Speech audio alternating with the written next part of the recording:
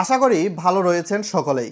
কয়েকদিন আগেও গ্রামীণফোন কোম্পানি গ্রাহকদের পূর্ব নোটিশ দেওয়া ছাড়াই 20 টাকার রিচার্জে ব্যালেন্সের মেয়াদ সর্বনিম্ন 10 দিন রেখেছিল। এর পরবর্তীতে আউটগোয়িং কল বন্ধ হওয়া থেকে শুরু করে বেশ কিছু সার্ভিস কিন্তু গ্রামীণফোন সিমে আমরা অনেকেই ব্যবহার করতে পারতাম না। তবে দেশটা মগের মুল্লুক নয়। কড়া সমালোচনার মুখে পড়ে গ্রামীণফোন সিম কোম্পানি 20 টাকা, 50 টাকা বা 100 টাকা, 200 টাকা ইত্যাদি ব্যালেন্সের রিচার্জের উপর ভিত্তি করে আপনার সিমের ব্যালেন্সের মেয়াদ কিন্তু তারা বাড়াতে বাধ্য হয়েছে, যেটা নিঃসন্দেহে একটা সুখবর বলা যেতে পারে বন্ধুরা।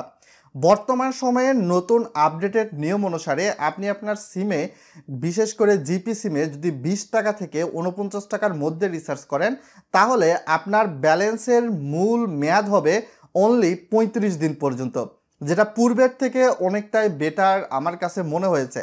আবার যদি দেখা যায় যে আপনার জিপি সিমে 50 টাকা থেকে 149 টাকার মধ্যে রিচার্জ করেন, তাহলে আপনার সিমের ব্যালেন্সের মেয়াদ থাকবে বিশেষ করে 45 দিন পর্যন্ত। আবার 149 টাকার বেশি অর্থাৎ 150 টাকা থেকে যদি 299 টাকার মধ্যে রিচার্জ করেন, তাহলে আপনার গ্রামীণফোন সিমের ব্যালেন্সের মেয়াদ থাকবে অলমোস্ট বলা যেতে পারে 65 দিন পর্যন্ত। ভিডিওটা গুরুত্বপূর্ণ হচ্ছে, সো ভিডিওটা লাইক করে শেয়ার করে দিতে ভুলবেন না, যাতে করে আরও অনেক মানুষ এর মাধ্যমে উপকৃত হতে পারে।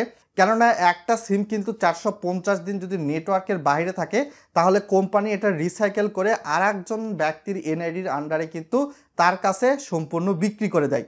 এবং এর পাশাপাশি আপনি যদি 299 টাকার বেশি অর্থাৎ 300 টাকা বা এর চেয়ে বেশি রিচার্জ করেন, তাহলে আপনার গ্রামীণফোন সিমের ব্যালেন্সের মেয়াদ হবে 395 দিন পর্যন্ত। মানে পূর্বের থেকে ভালো একটা সুবিধা কিন্তু বর্তমান সময়ে সিম কোম্পানি এখানে দিয়ে রেখেছে।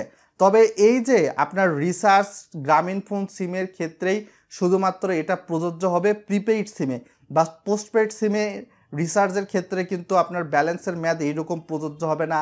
প্লাস গ্রামীণফোনের স্কিটো সিমেও যদি আপনি রিচার্জ করেন, তো সেই সকল ক্ষেত্রেও কিন্তু আপনার গ্রামীণফোন সিমে এই যে আপনার রিচার্জের মেয়াদ রয়েছে, এটা কিন্তু প্রযোজ্য হবে না। অনেক ক্ষেত্রে দেখা যায় অনেক প্রবাসী ভাই বোনেরা সিম হয়তো বা বিদেশে নিয়ে যায়, তো সেই সকল ক্ষেত্রে গ্রামীণফোন সিম কোম্পানি কিন্তু একটা ভালো প্যাকেজ নিয়ে এসেছে।